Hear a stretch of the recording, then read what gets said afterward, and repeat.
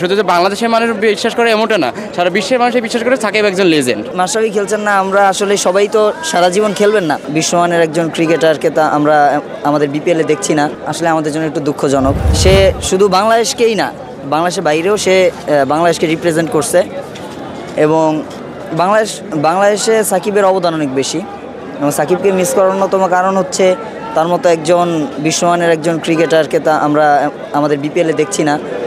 এটা আসলে আমাদের জন্য একটু দুঃখজনক। মাশরাফি খেলছেন না, আমরা আসলে সবাই তো সারা জীবন খেলবেন না, এটাই স্বাভাবিক। আমরা তরুণদেরকে দেখব এখন তারা কতটা রিপ্রেজেন্ট করতে পারে বাংলাদেশকে এবং নতুন তরুণরা বের হয়ে আসবে, এই জন্যই তো আমাদের বিপিএল।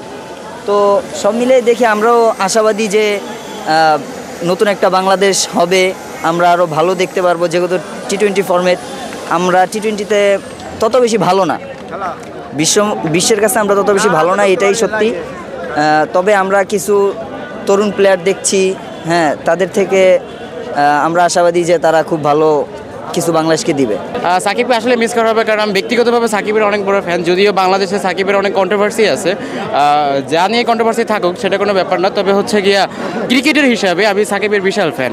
তার রাজনৈতিকভাবে অনেক রকম কন্ট্রোভার্সি থাকতে পারে, অনেক সমস্যা থাকতে পারে, কিন্তু ক্রিকেট হিসেবে সাকিব যে একজন লেজেন্ড, শুধু যে বাংলাদেশের মানুষ বিশ্বাস করে এমনটা না, সারা বিশ্বের মানুষ বিশ্বাস করে সাকিব একজন লেজেন্ড। সঙ্গে মাশরাফির নামটাও আসে। মাশরাফির আমি বিশাল হিউজ ফ্যান ছিলাম, তবে অতটা ফ্যান ছিলাম না সাকিবের মতো।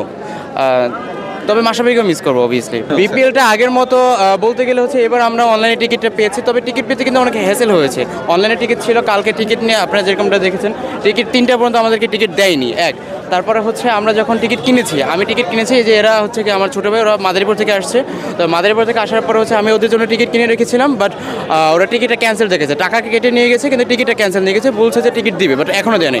বাট লাকিলি কালকে রাত্রে আমি আবার টিকিট কেটে রেখেছিলাম, তো ওই টিকিট দিয়ে আমরা ঢুকতে পারছি, আদারওয়াইজ কিন্তু ঢুকতে পারতাম না, একটা বিশাল হ্যাসেলের শিকার হইতে হইতো। তো এই দিকটা আসলে ম্যানেজমেন্টের বিশাল আছে, গ্যাপ আছে, এটা তাদের হচ্ছে ম্যানেজমেন্ট ছিল, এটা তাদের আসলে ঠিক করা উচিত, আমি এটা মনে করি। না, কথা হচ্ছে সাকিবের সাথে তো কারো তুলনা হবে না। সাকিব একজন অলরাউন্ডার, একজন সাকিবের মতো অলরাউন্ডার হবে না। এটা যতই চেষ্টা করুক বাংলাদেশ আর কোনোদিনও হবে না, এটা যতই চেষ্টা করুক না কেন। খেলা দেখতে আসছি, আমি ঢাকার ছেলে, আমি থাকি ঢাকায়, আমি ঢাকার ছোটোবেলা থেকে সাপোর্ট করি, আমি আজকে 10 বছর যাবত খেলা দেখি, আমি ঢাকার সাপোর্ট, সেই জন্য আমি ঢাকার খেলা দেখতে আসছি। কিন্তু সাকিবকে সবাই মিস করতেছে, এটা সে সবাই প্রকাশ করুক বা না করুক, সবাই সাকিবকে খেলার মধ্যে মিস করবেই করবে। চিটাগাংয়ে যেদিন খেলা হবে, সম্ভবত সাকিব এবার চিটাগাং গেছে, যেদিন চিটাগাংয়ে খেলা হবে সেদিন সবাই সাকিবকে মিস করবেই করবে। অবশ্যই তিনি হচ্ছে সফল অধিনায়কদের মধ্যে একজন, তাকে তো অবশ্যই মিস করবে।